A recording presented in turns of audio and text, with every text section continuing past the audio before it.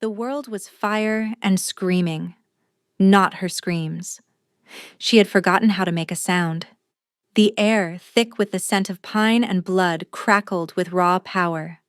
Across the stone courtyard, the Alpha King, her Kalin, fought like a winter storm made flesh. His movements were a blur of black leather and flashing steel, but she could see the seams of his strength beginning to fray. She could see the frost. It was a secret she was not supposed to know, a creeping death he hid beneath his gauntlets and his crown. A latticework of shimmering black ice that crawled up his skin, draining the warmth, stealing the life. With every blow he landed, every enemy he felled, the frost advanced. She could feel it in her own bones, a sympathetic cold that had nothing to do with the night air. Her gaze wasn't on him. Not entirely. It was on the small shadow huddled behind the well, the reason for all this carnage. Liam, his son, her pup. His eyes, wide and dark, and so like his father's, were locked on her. His small hands were clenched at his sides, trembling. Fear was a useless luxury. She forced it down, swallowing the sickness in her gut. She lifted her hand, fingers steady despite the tremor in her soul. She had to be his anchor now. Her fingers curled, then spread. "Tree," she signed, the gesture sharp and clear. "Be strong. Be still." Liam's own small hand lifted, mimicking the shape. A flicker of understanding. He pressed himself deeper into the shadows of the stone well, his slight form seeming to merge with the darkness. Another attacker, a hulking brute with a rival pack's sigil scarred onto his face, broke past Kalen's guard, charging not for the king, but for the well. For the boy. A soundless gasp tore from her throat. Kalen saw it, his head snapping around, his golden eyes blazing with feral rage. He was too far. He would not make it in time. The world slowed, stretching into a syrupy, horrifying tableau. The brute's axe arcing high, Liam's terrified eyes, Kalen's desperate, furious lunge, and her, standing helpless on the steps. Again. Always helpless. No. Not again. A strange hum started behind her eyes, a vibration that felt like a memory of a song she'd never heard. The air shimmered. The brute's movement seemed to stutter. A brief, impossible hesitation. It was all Kalen needed. He moved like lightning, a wraith of vengeance, and the brute fell. But the cost was plain. The frost, the terrible, beautiful, deadly frost, now climbed past Kalen's elbow. He staggered, leaning on his sword, his breath pluming like smoke in the frigid air. He had seen it, the shimmer, the hesitation. His gaze shot to her, filled with a terrifying mix of awe and fear. But the moment was gone. The world snapped back to its brutal speed, and Alara was left standing there, her heart a frantic drum against her ribs, the strange hum fading, leaving only the cold. 3 months. It had only been 3 months since her world had ended, and a new, more terrifying one had begun. 3 months earlier, the world had been mud and shame. The floorboards were rough beneath her bare knees, the splinters a familiar punishment. She scrubbed, her arms aching with a dull, thrumming exhaustion that had become her constant companion. The lye soap bit at the raw skin of her knuckles. Pain was a reminder she was still alive, even if she did not feel it. They called her the barren one, the defective, Alara the empty. The whispers followed her like flies to carry on. In her old pack, a female's worth was measured in the pups she could bear, the strength of the bloodline she could continue. Her own body had betrayed her. 2 winters she had been mated, and 2 winters her womb remained a desolate waste. Her mate, a rising beta named Fendril, had cast her aside with public scorn, taking a new, fertile mate within a moon's turn. Her family, shamed by her failure, had done the only thing they could. They sold her. Not for a high price. Just enough to erase the stain of her existence from their ledger. So now she scrubbed floors in a way station, a grim marketplace where unclaimed wolves, outcasts, and a pathetic collection of surplus females were traded like livestock. Her world had shrunk to the smell of stale ale, sweat, and despair. Her future was a grimy floor stretching into infinity. "Get up, defective." The overseer's voice was a greasy whip. "You're on the block today." Her heart didn't leap with fear. It didn't plummet with dread. It just gave a dull, tired thud. The auction block. The final degradation. To be pawed at, inspected, and sold to whatever brute had a few spare coins for a bed warmer and a scullery maid. She rose slowly, her joints protesting. She didn't look at the overseer. She didn't look at the other women. Some weeping, some defiant, some as empty as she was. Looking meant acknowledging. Acknowledging meant feeling. And feeling was a luxury she had cut out of herself long ago, like a rotten piece of fruit. They herded them into a pen, the air thick with the metallic tang of fear. The auctioneer began his booming patter, describing the assets of a warrior female with scarred arms and a hateful glare. Ilara simply stared at a crack in the wooden stage, tracing its path with her eyes. It was a map to nowhere, just like her. One by one, the others were sold. The warrior female went to a grizzled pack alpha for a respectable price. A young, terrified girl with eyes like a spooked fawn was bought by a merchant with a leering grin. Then it was her turn.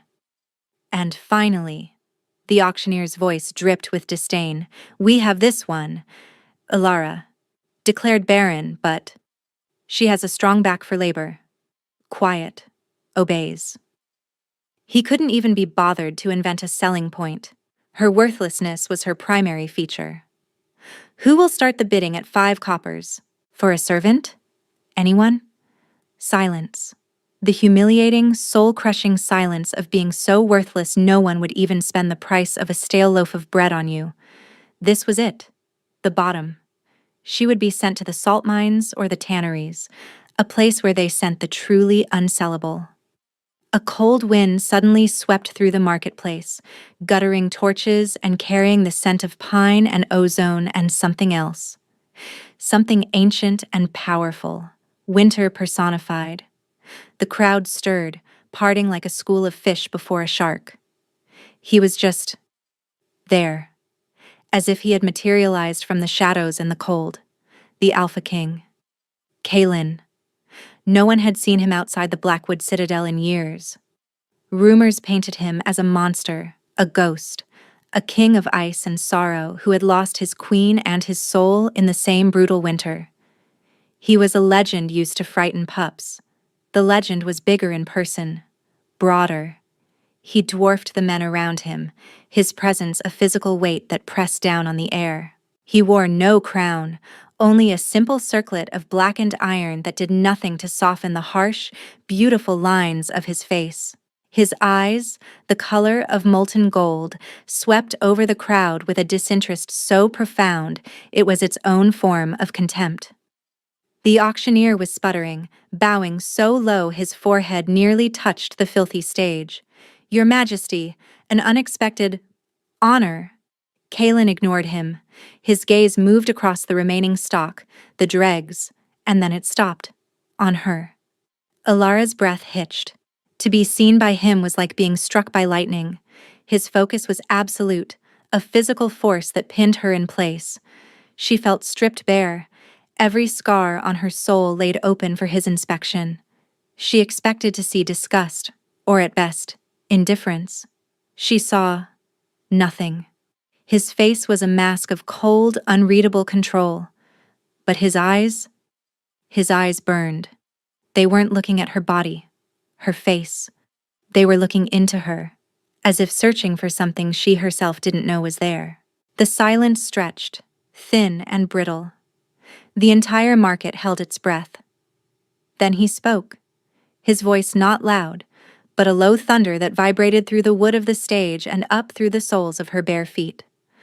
"I'll take this one." The auctioneer's jaw worked silently. "Your Majesty, She is defective. Barren. There are prime warrior stock, proven breeders. Kalen's gaze did not waver from Alara. Did I ask for your counsel? The words were soft, deadly. The temperature in the square seemed to drop 10 degrees. The auctioneer flinched as if struck. No, Your Majesty, of course not. Then state the price. The man was sweating now despite the chill. There is no price for you, Your Majesty. A gift. Please accept her as a gift from your humble— I do not accept gifts. Kalen cut him off, the words sharp as sheared ice. And I do not take what is not mine. I pay my debts. He reached into a pouch at his belt and tossed a single coin onto the stage. It wasn't copper. It wasn't silver. It was gold. A heavy, gleaming piece stamped with the dire wolf of his own royal house. It spun on the rough wood, a miniature sun in the gloom, before settling. It was more than the entire lot of them, the pen and the auctioneer included, were worth. It was a king's ransom for a worthless girl. Alara couldn't breathe. She couldn't think. Her entire world had been upended by 2 sentences and a single piece of gold. Kalen's guards, silent as specters in their black cloaks, moved forward. They did not grab her. They did not bind her. They simply stood on either side of the steps, waiting. An invitation. A command. She looked up at the king, at the unreadable, predatory beauty of his face. Why? The question was a silent scream in her mind. Why her? The broken one? The empty one? He offered no answers. He simply turned, his long black coat swirling around him like a wing of night, and began to walk away, fully expecting her to follow. She did. What other choice was there? She walked off the auction block, past the stunned faces of the crowd, past the groveling auctioneer, and followed the terrifying king who had just bought her for a price that made no sense. She was his now, whatever that meant. The Blackwood Citadel was not a home. It was a mountain carved into the shape of a fortress, a monument to sorrow and power. Its black stone seemed to drink the light from the sky, and the wind that howled through its parapet sounded like 1,000 grieving souls. Alara had been there for a week, and had seen the king only once since their arrival. A fleeting glimpse of him striding down a corridor, flanked by grim-faced advisors, his expression as hard and cold as the castle walls. He had not sent for her. He had not given her duties. He had not told her why he'd bought her. She had been given a small Spartan room in the servants' wing, a stack of clean gray tunics. And then, she had been forgotten. She was a ghost in a castle of ghosts. The servants moved around her with averted eyes, their faces pinched with a mixture of fear and suspicion. She was the king's strange purchase, the barren Omega he'd paid a fortune for. They didn't know what she was, and so they treated her as a potential threat, or a bad omen. The isolation was a different kind of prison. In the way station, she'd been surrounded by misery, but it was a shared misery. Here, her loneliness was a vast, echoing chamber. To keep the madness at bay, she explored. The castle was a labyrinth of cold stone, echoing halls and forgotten rooms. She learned the rhythms of the place, the changing of the guard, the clatter from the kitchens, the solemn tolling of the bell that marked the hours. She became an expert in being invisible. It was during one of these explorations, in a walled garden choked with winter-dead roses, that she found him. A small boy, no older than 5 or 6, was sitting on a stone bench. He had a spill of jet-black hair that fell into his eyes, the same shade as the king's, and a fierce, frustrated set to his small jaw. He was clutching a wooden toy wolf, its head snapped off. A low, guttural sound of pure rage escaped his throat, and he hurled the broken toy against the stone wall. The sound was shockingly loud in the quiet garden. A nursemaid, who had been dozing in a sliver of pale sun, started. "Prince Liam, we do not throw things," she scolded, her voice sharp with impatience rather than concern. Prince. This was the king's son. The mute pup, the whispers called him, born the night his mother, the queen, had died. They said the tragedy had stolen his voice before he'd ever had a chance to use it. Liam ignored her. He stared at the broken toy, his little body vibrating with a fury too big for his frame. He opened his mouth as if to scream, but only that same choked, frustrated sound emerged. His face crumpled, and silent tears began to track paths through the dirt on his cheeks. Ilara's heart, the one she thought had turned to stone, gave a painful lurch. She knew that frustration, the feeling of having a world of feeling trapped inside you with no way to let it out. Her prison was a barren womb, his was a silent tongue. But they were prisons all the same. The nursemaid sighed, a put-upon sound. "Oh, for pity's sake, don't start that again." She made no move to comfort him. Before she even knew what she was doing, Ilara stepped out from behind the crumbling archway where she'd been hiding. The nursemaid gasped, startled. Then her eyes narrowed with suspicion as she recognized the king's strange purchase. Ilara ignored her. Her eyes were only for the boy. She walked slowly towards him, her hands held open and low, the way one would approach a frightened animal. Liam's head snapped up, his dark, tear-filled eyes wary. He was a prince, and she was less than nothing. She stopped a few feet away and sank to her knees in the cold dirt, bringing herself down to his level. She didn't speak. What could she say? Instead, she looked at the broken toy wolf, then back at him. She lifted her hand and slowly, deliberately, tapped her own chest. Then she pointed to the broken toy. She mimed a howling wolf, a sad, exaggerated expression on her face, then pretended to cry, wiping away imaginary tears. The nursemaid scoffed. "He's mute, you fool, not simple-minded." But Liam wasn't looking at the nursemaid. He was watching Ilara, his head cocked. A flicker of something, curiosity, danced in his dark eyes. Ilara pointed to the broken toy again. Then she held up 2 fingers, pressed together. She moved them like 2 people walking side by side. "Friend," the gesture meant in the silent hunter's tongue her father had taught her as a girl. Then she separated the fingers, one falling away. Lost. She looked at him, her expression soft with a genuine sorrow she hadn't allowed herself to feel in years. "I understand." For a long moment, he just stared. Then, slowly, hesitantly, he lifted his own small hand. He tapped his chest. He pointed at the broken toy. Then he made a fist and pressed it to his heart. "Mine." Sad. A breathtaking wave of emotion washed over Ilara. He understood. He had a voice. He just needed someone to listen to the silence. A smile, a real one, the first in years, touched her lips. She smiled at him, and after a second's hesitation, a watery, shy smile bloomed on his own face. From that day on, the garden became their sanctuary. She met him there every afternoon. The nursemaid, relieved to have the difficult prince off her hands, allowed it, though she watched from a distance with a suspicious eye. Ilara taught him the language of the forest. A flat hand held parallel to the ground was water. A hand cupped behind an ear was listen. A fist with the thumb extended and moved in a circle was wolf. They built a vocabulary, gesture by gesture, a secret world of communication that belonged only to them. She learned about him, too. He was not a sad, broken thing. He was bright, fiercely intelligent, with a mischievous streak a mile wide. He told her stories with his hands, tales of dragons and knights and the squirrels he saw from his window.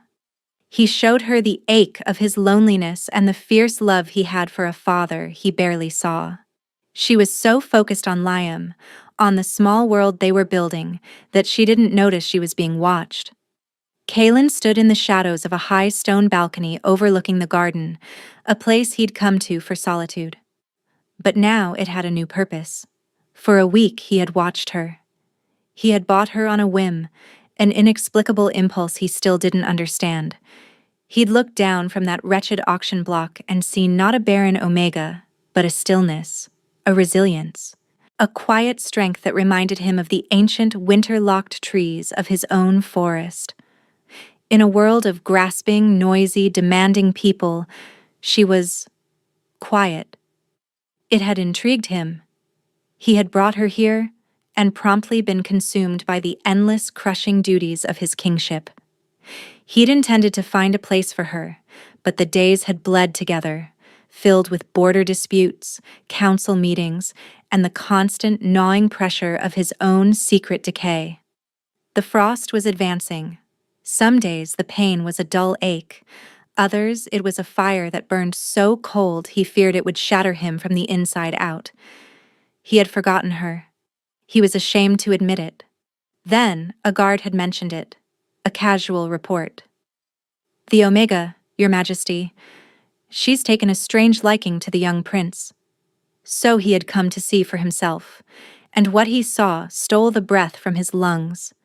He saw his son, his silent, grieving, frustrated son, laughing, a silent, open-mouthed laugh, but a laugh nonetheless. He watched as the woman, Ilara, told him a story with her hands, her face alive with expression. He saw his son answer back with a flurry of gestures, his eyes sparkling with life.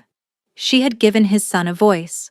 A fierce, possessive emotion roared through him, something deeper and more potent than the gratitude of a father. He watched the way her hair caught the pale sunlight, the gentle curve of her back as she knelt in the dirt, the unrestrained joy on her face as Liam successfully signed a new word. Son. She was beautiful. Not in the polished, brittle way of the court ladies who vied for his attention. She was beautiful in the way a storm-battered cliff is beautiful, carved by hardship into something strong and elemental. He found himself making his way to the garden every day, hiding on the balcony, stealing moments to watch them. It was a balm to his weary soul. Her gentle patience with Liam was a stark contrast to the brutal, demanding world he inhabited. She asked for nothing. She simply gave. One evening, he was working late in his study, poring over maps of the northern border where a rival alpha was testing his defenses. A headache pounded behind his eyes, and the icy pain in his arm was a sharp, insistent throb. He wore his gauntlets even when alone, a habit born of fear. Fear of anyone seeing the curse that was slowly consuming him. A soft knock came at the door. "Enter," he growled, not looking up. The door opened and closed. He expected a servant with wine or an advisor with more bad news. When the silence stretched, he looked up, annoyed. It was her, Ilara. She stood just inside the door, clutching a small, repaired wooden wolf. Her head was bowed, her posture radiating a mixture of terror and resolve. "What is it?" he asked, his voice harsher than he intended. She flinched but did not retreat. Slowly, she walked forward and placed the toy on the edge of his massive desk. The wolf's head had been carefully glued back on, the seam almost invisible. "He wanted you to have it," she whispered, her voice a low, husky sound he'd only heard in his imagination. "Liam, he signed." She faltered, unsure of the words. She lifted her hands, her movements hesitant. She made the sign for Wolf, then the sign for father. Then she made a new sign, one he'd never seen. Both hands, palms up, held out as if offering a gift. "He calls it brave," she said softly. "He thinks you are." Kalen stared at the small wooden toy. A gift from his son. The first he could remember. And it had come through her. He looked up at her, really looked at her, not as a purchase or a curiosity, but as the woman who had breached the walls of his son's silence. She stood bathed in the candlelight, her gray tunic unable to hide the graceful lines of her body, her face etched with a quiet sorrow that he was beginning to realize mirrored his own. "You have given him a voice," Kalen said, the words feeling inadequate. She shook her head. "He always had one. He just needed someone to learn his language." The simple truth of it struck him. Everyone, including him, had been trying to fix Liam, to make him fit their world.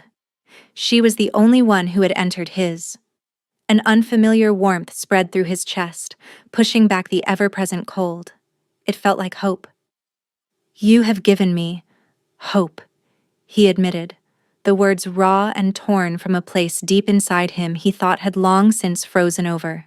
Her eyes widened, and in their depths, he saw not fear, but a flicker of a reflection of his own desperate loneliness. In that moment, the vast cold castle felt a little less empty. That night was a turning point. He started seeking her out. Not with commands, but with invitations. He would have a tray of food brought for two in his study, and simply send a guard to say, "The king requests your company." She came, always hesitant, always quiet. They would eat in silence at first, the air thick with unspoken things. But Liam was their bridge. He would ask about the boy, and she would answer, her hands sometimes unconsciously mimicking the signs as she spoke. He learned the story of her life in fragments, the shame of being barren, the cruelty of her family, the emptiness of the way station. She spoke of it without self-pity, as if describing a storm that had passed. He, in turn, found himself speaking to her as he spoke to no one. He didn't tell her of his curse. The shame of that was too deep, the fear of her reaction too great. But he told her of his kingdom, of the weight of the crown, of the crushing loneliness of being the alpha king, a predator at the top of the food chain with no equal. He learned the sound of her laughter, a rare, quiet thing that happened once when he described a pompous visiting lord with a bit too much accuracy. The sound was like water in a desert. He found himself trying to make her laugh again. The court noticed. Of course they noticed. The whispers changed. She was no longer just the king's strange purchase. She was the Omega Witch, the Baron Consort. Lord Vorlog was the loudest of them. Vorlog had been the council's choice for the king's new mate. He was from an old, powerful line, and a union would have secured a key alliance. Kaelin had refused. He found Vorlog ambitious and cruel, with a sycophantic smile that never reached his cold eyes. Now, Vorlog saw Alara not just as an upstart Omega, but as the living embodiment of his political failure. His hatred for her was a palpable thing. One evening, Kaelin hosted a formal feast for a visiting delegation. It was a tedious, necessary affair. He sat on his throne-like chair at the head of the great hall, bored and restless, his arm a throbbing agony beneath his formal black tunic. He had insisted Alara attend, not as a servant, but at a table near the dais. He wanted her near. He needed her quiet presence to endure the night. Vorlog, emboldened by wine, chose his moment. He rose, a chalice in his hand, his voice ringing with false sincerity. "A toast," he called, "to the future of the kingdom, to strong bloodlines and fertile unions." His eyes, glittering with malice, landed directly on Alara, and to the king's unique taste in companions, a warning to us all, perhaps, that even the strongest among us can be bewitched by a pretty face, no matter how empty the vessel. The hall fell into a shocked silence. The insult was blatant, vicious. Alara froze, the color draining from her face. She looked down at her lap, her body curling in on itself as if to ward off a physical blow. All the old shame, the worthlessness, came rushing back in a tidal wave. She was a fraud, a barren Omega playing dress-up in a castle. A low growl rumbled in Kaelin's chest, a sound that made glasses vibrate on the tables. The temperature in the hall plummeted. His golden eyes narrowed, becoming the eyes of the predator he was. Vorlag," he said, his voice dangerously soft. "You will apologize to her." Vorlag smirked, misjudging the king's mood. "Apologize, Your Majesty? For speaking the truth?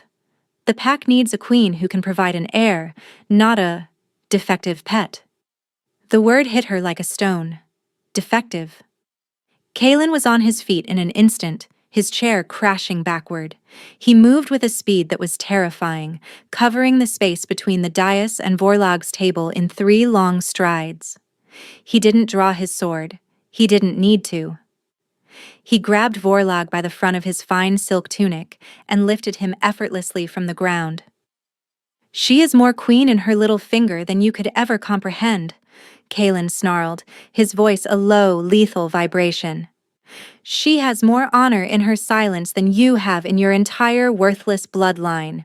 You are addressing the woman I have chosen, and you will address her with respect, or you will not address anyone, ever again." He threw Vorlag to the floor like a sack of garbage. The Lord scrambled away, his face pale with terror. Kalen turned, his chest heaving, his eyes blazing. The entire hall was frozen, watching. His gaze found Alara. He saw her, small and broken, and the rage in him doubled. Rage at Vorlag, rage at the world that had hurt her, rage at himself for putting her in this position. Later that night, he found her in the winter garden, her sanctuary. She was wrapped in a thin cloak, staring up at the moon, her face pale and tracked with tears. "He was right," she whispered without turning around. "I am barren. I am defective. I don't belong here." "He is a fool," Kalen said, his voice rough with emotion. He came to stand beside her, the cold from his body a tangible presence. "You belong wherever I say you belong." She finally looked at him, her eyes shimmering with unshed tears. "Why? Why me, Kalen? Why did you buy me? Why do you defend me?" He looked at her, at this impossible woman who had walked into his frozen life and lit a fire. He saw his son's laughter. He felt the hope she'd given him. He remembered the sound of her voice in the darkness of his study. The carefully constructed walls around his heart crumbled to dust. "Because I am selfish," he said, his voice dropping to a near whisper. He reached out, his gloved hand hesitating before he gently cupped her cheek. Her skin was so warm. "Because from the moment I saw you, you were a splinter in my soul. Because you are the only thing in this cursed, frozen world that feels real." He searched her face, her wide, questioning eyes. The words were on his lips, reckless and dangerous and utterly true. "I am saying that I love you," he breathed, the confession hanging in the frozen air between them. "And it's going to kill me." The words were a vow and a death sentence. Her breath hitched, a soft, wounded sound. Before she could answer, before she could run, he leaned in and pressed his lips to hers. It was not a gentle kiss. It was a kiss of desperation, of a drowning man breathing air for the first time. It was hunger and sorrow, and a desperate, burning need. It was all the things he could not say, all the loneliness of his centuries of life, poured into one moment. And for a second, she responded, her lips softening under his. A silent surrender. Then the world exploded. Not with fire, but with light and sound and a dizzying flood of images. It was not his power, but hers. The kiss, the raw emotion, the public humiliation, his love confession. It was the key that unlocked a door inside her she never knew existed. Her mind fractured. She was standing in the garden, Kalen's lips on hers, the cold of his gauntlet against her skin. She was a little girl, hiding in a tree, watching her father use hand signals to stalk a deer. She was on the auction block, Kalen's golden eyes burning into her. She was in the great hall, and she saw Vorlag, not at the table, but in the kitchens hours earlier, slipping a fine crystalline powder from a vial into a decanter of wine, the one meant for the head table. No, not for Kalen.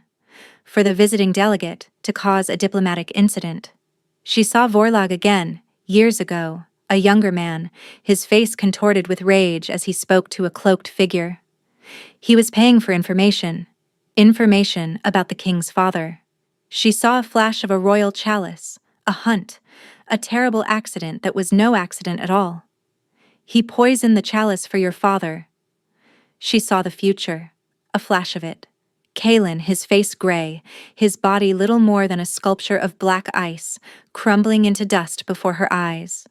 The image was so vivid, so horrifying, it seared itself onto her soul. She ripped her mouth from his, stumbling back, a scream tearing from her throat. "The dagger!" she gasped, her voice shrill with a terror that was not her own. She was seeing through time, echoes of past and future crashing over her in a tidal wave. "Under his cloak. He has a dagger. But it wasn't for you. It was for the delegate. And your father. The hunt. The chalice." She collapsed, her mind unable to process the chaotic flood. The last thing she saw was Kalen's face, a mask of shock, concern, and a dawning, terrible understanding. His secret was not the only one in the room. Kalen caught her before she hit the ground, his mind reeling. Her words, a frantic, nonsensical babble to anyone else, were a series of lightning strikes to him. The dagger. The delegate. His father. He had suspected Vorlag's treachery for years but could never prove it. He had always wondered about his father's sudden death. In one breathless, terrifying moment she had confirmed it all. His rage was a white-hot inferno. He scooped her into his arms, her body limp, and turned to the guards who had come running at the sound of her scream. "Seize Lord Vorlag! Search him! Search his chambers! He does not leave this castle alive!" His voice was the crack of a glacier breaking apart. It held the absolute authority of a king and the killing rage of a man whose love had been threatened. Vorlag, cornered and exposed, did not last the night. The poisoned dagger was found, just as she'd said. Under interrogation, his plots, both current and past, unraveled. The obvious villain was dealt with, his treachery exposed to the entire court. Ilara, the Baron Omega, had been vindicated in the most spectacular and terrifying way possible. But as the castle settled into a stunned quiet, the real threat remained. Ilara awoke in Kalen's chambers, the scent of him, pine and winter and cold stone, all around her. He was sitting in a chair by the fire, watching her, his face a grim mask. The gauntlets were off. In the flickering firelight she could see it clearly for the first time. The curse. A delicate, deadly filigree of black, crystalline lines spread from his fingertips up his forearm, like frost creeping across a window pane. It seemed to pulse with a faint, dark light. "You saw it, didn't you?" he asked, his voice flat. "In your vision, you saw what is happening to me." She nodded, her throat tight. "You're dying." "I have been for a long time," he said. "It is a curse of my bloodline. Our power is drawn from the heart of winter itself. We are strong, but we burn cold. We are not meant for the warmth of connection. Love, for my family, is a poison. It accelerates the decay." The horror of it dawned on her. His love for her, the very thing that had broken the locks on her own power, was what was killing him. Her presence in his life was a death sentence. "Every king of my line has died this way," he continued, his voice devoid of emotion. "Alone, and frozen from the inside out. I had hoped. I had thought if I kept my distance, if I did not allow myself to feel. But then you came, and you taught my son to speak, and you laughed, and I was lost." "Then I must go," she said, the words tearing her apart. "If my being here is hurting you." "No." The word was an iron command. He was on his feet, crossing to the bed in 2 strides. He knelt beside her, his golden eyes burning with a fierce, desperate light. "You don't understand. Before you, I was just dying. Now I am living. Every day with you, watching you with Liam. It is more life than I have had in a century. If the price for that is a quicker end, I will pay it gladly." "I refuse to be your executioner," she whispered, tears streaming down her face. "You are my salvation," he countered fiercely. "Don't you see? You are the only warmth I have ever known. Don't leave me to the cold, Ilara, please. Stay." It taught her to stay. The phrase from the title echoed in her mind.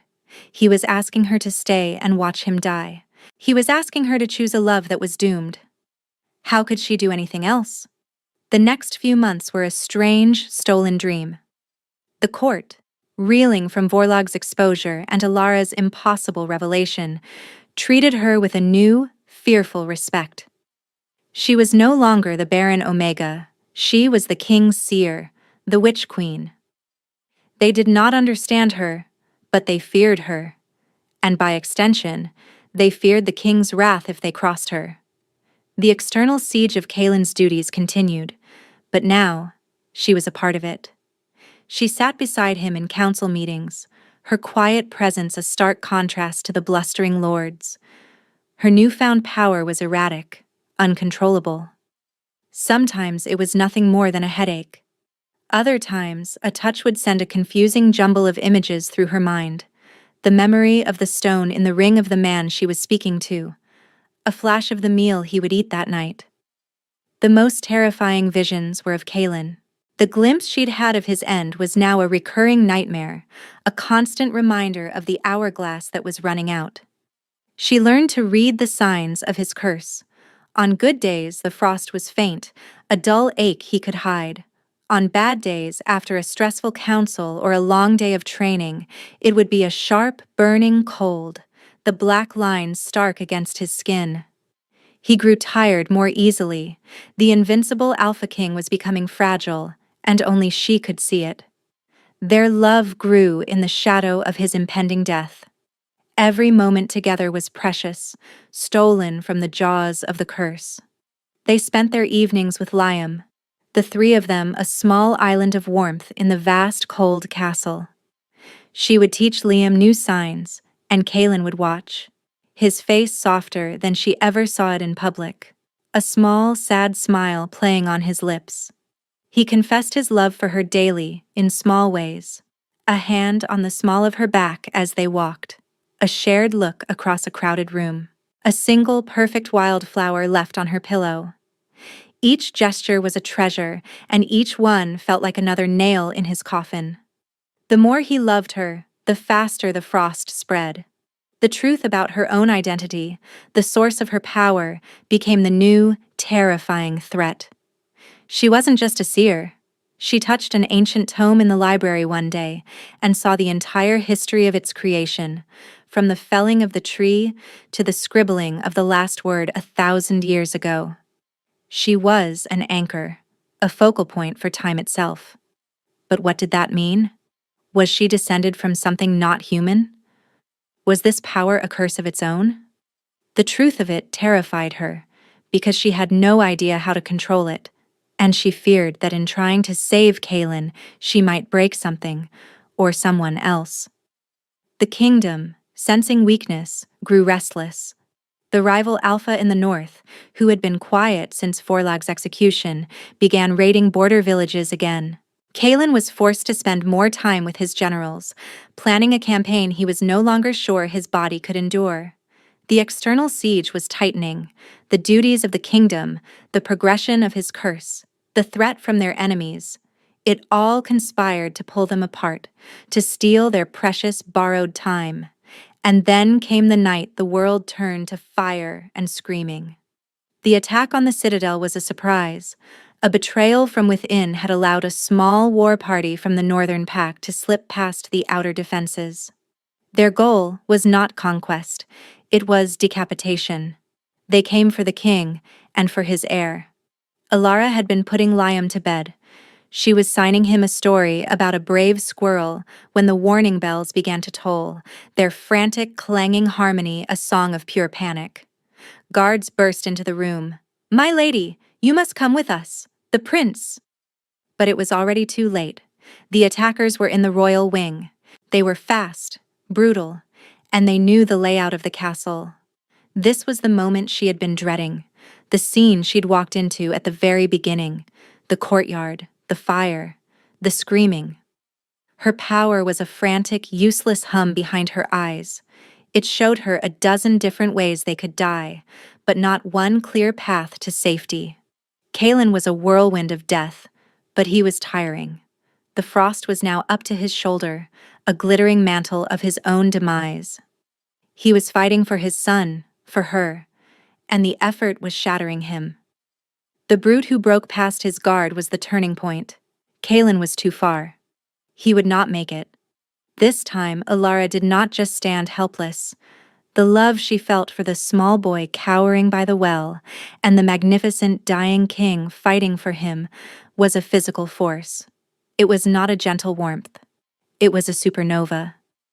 No, she thought, the word a silent scream that shook the foundations of her soul. You will not take them from me. She focused not on the past or the future, but on the present. On the single, perfect, horrifying second that was unfolding. She grabbed hold of that second with the entirety of her will. She anchored it. The brute's axe, arcing high, seemed to hit a wall of invisible force. It stopped. Not slowed. Stopped. Mid-air. The brute's face was a mask of confusion, his muscles straining against a resistance he could not see. The entire courtyard fell silent. Friend and foe alike stared at the impossible sight. Kalen didn't hesitate. He didn't question. He moved, and the brute fell. But the fight wasn't over. The leader of the raiders, a scarred alpha with eyes like chips of flint, saw her. He saw what she had done. "The witch!" he roared. "Kill the witch!" They came for her. Kalen roared, a sound of pure alpha fury, and threw himself in front of her, his sword a blur. But he was faltering. The burst of power had cost him. The frost now crept up his neck. "Kalen!" she screamed. His name a prayer. As the first raider reached her, her power, now fully awake, did something new. It did not show her the man's past. It showed her his next move. A feint to the left, a thrust to the right. "Right!" she yelled to Kalen. He didn't understand the command, but he trusted her. He shifted his guard to the right, and his blade met the raiders with a shower of sparks, turning a killing blow into a glancing one. She was a focal point, a tactical node. She could see the branching paths of every fighter in the courtyard. "Liam," she signed, her hands a blur. "Stay, down, now." To Kalen, she was a torrent of information. "Two behind you, to your left, the archer on the roof. He's aiming for your leg." He moved like her puppet, a master swordsman guided by a goddess of time. They were no longer two separate people. They were one being, one will. His strength and her sight. They were magnificent. They were unstoppable. Together, they turned the tide. The remaining raiders, seeing their leaders fall and facing this impossible pair, broke and fled. The courtyard was suddenly quiet, littered with the fallen. The only sounds were the crackle of the fires and Kalen's ragged breathing. He turned to her, his face a mixture of awe, love, and utter exhaustion. "Ilara," he breathed, and then he collapsed. The frost, no longer held in check by the heat of battle, consumed him. It raced across his face, turning his skin to the color of ash, his hair to shimmering white. His body began to stiffen, the black ice solidifying. He was being frozen from the inside out. "No!" she screamed, rushing to his side, falling to her knees. She touched his cheek. It was as cold as glacial ice. His golden eyes, the fire within them fading, found hers. "Stay," he whispered, his voice a faint rasp, not a command, a plea. "I'm not leaving you," she sobbed, tears freezing on her cheeks. Her power was thrumming, a wild horse she couldn't control. It showed her the future she had feared, the one where he crumbled to dust. It showed her the past, the long line of his ancestors, all succumbing to the same fate. The curse was a temporal one, a debt owed to winter that his bloodline was forever paying, but she was time itself. Or at least, she was its anchor. She would not let him be pulled into the past's debt or the future's decay. She pressed her hands to his chest, right over his heart. She closed her eyes and focused her will, not on stopping time, but on holding him. She poured all of her love, all of her being into one single thought. Here, now, with me. It was not fire that erupted from her hands. It was not light. It was a feeling, a sense of absolute, unshakable presence. She was anchoring him to the living moment. She was refusing to let him go. Beneath her hands, she felt a flicker, a faint, thready beat. And then another. The black frost began to recede. Not shatter, but melt. It flowed away from her touch, retreating from his face, down his neck. The ashen color of his skin was replaced by a faint warmth. The gold in his eyes, which had faded to a dull bronze, began to glow again. She held him like that for what felt like an eternity, pouring her own life, her own warmth, her own temporal essence into him, pushing back the cold, negating the curse. She felt Liam's small hand on her shoulder, his silent presence a comfort and a source of strength. When she finally opened her eyes, the sun was rising. The courtyard was filled with loyal guards and healers, but they all kept a respectful distance, watching in silent awe. Kaelin was breathing deeply and evenly. The frost was gone, not just receded, gone. His skin, where her hands rested, was warm. He stirred, his eyes fluttering open. They were clear, bright, and filled with an emotion so profound it made her heart ache. "Elara," he whispered, his voice stronger. He lifted a hand, no longer gloved, no longer marred by the creeping frost, and cupped her face. "You are my dawn." She leaned into his touch, her exhaustion a crushing weight, and wept with pure, unadulterated relief. 3 moons later, the Blackwood Citadel was transformed. The stones themselves seemed warmer, the ever-present chill chased away by a newfound hope. The pennants that flew from the towers were not just the dire wolf of the king, but a new sigil, a wolf intertwined with an hourglass. Elara stood on the balcony overlooking the garden, Kaelin's arms wrapped around her from behind, his chin resting on her shoulder. She was no longer the barren one, the seer, or the witch queen. She was simply Elara, his queen. Her power had settled. It was a part of her now, a quiet sense of the world, a deep connection to the flow of time that she was only just beginning to understand. It no longer gave her headaches or terrifying visions. It gave her peace. She had anchored him, and in doing so, had found her own anchor. Below them, in the garden now bursting with late summer blooms, Liam was playing. He was no longer the silent, frustrated boy. He still did not speak with his voice, but his hands were a constant, joyful dance. He was talking to a group of other highborn pups, teaching them the sign for dragon.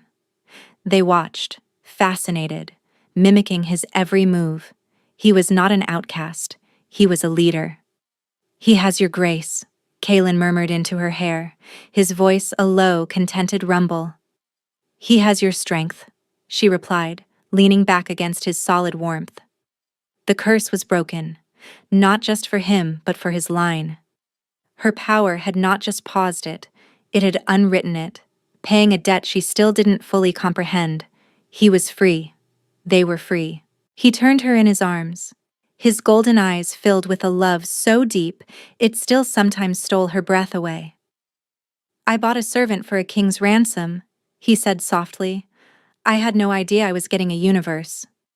"You paid what I was worth," she countered, a smile playing on her lips. "You just saw it before I did." He kissed her, a slow, gentle kiss filled with the promise of 1,000 tomorrows. It held no desperation, no sorrow, only love. Later, they went down to the garden. Liam saw them and came running, his face lit up. He launched himself into Elara's arms, hugging her tightly. She knelt down, her eyes level with his.